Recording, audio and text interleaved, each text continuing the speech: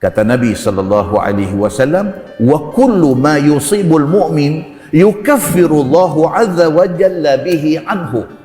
Tapi Nabi kata mau ingat satu, siapa-siapa yang semasa hidup di atas dunia ni dia ditimpa musibah, Allah bagi kat dia apa-apa musibah tak kira. Allah bagi dia sakit, Allah bagi anak kurang sempurna dekat dia, Allah bagi dekat dia macam-macam benda Allah boleh bagi sebagai musibah yang menimpa dia.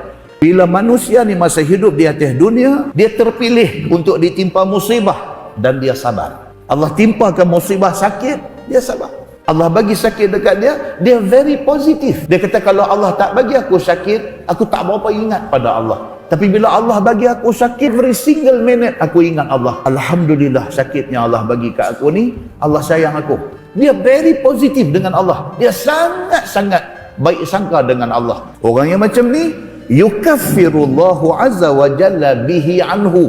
Musibah itu menyebabkan dikifaratkan dosa dia. Allah bagi sakit dekat dia, dia sabar. Dia sabar tu, Allah cancel dosa-dosa dia. Allah mansuhkan dosa-dosa dia. Allah erase dosa-dosa dia. Allah delete kesalahan-kesalahan dia.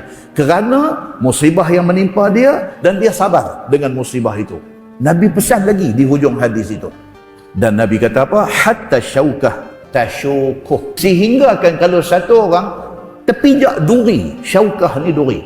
Satu orang step atas duri, aduh sakit. Dan dia sabar dengan sakit yang kena ke dia. Simple punya penyakit. Dia bukan kena sakit jantung, dia bukan kena kanser, dia bukan kena penyakit kronik, dah. Just terpijak satu duri aja. Dia sabar. Dia tak ada maki-maki, dia tak ada jadi orang lupa diri, marah-marah dan sebagainya.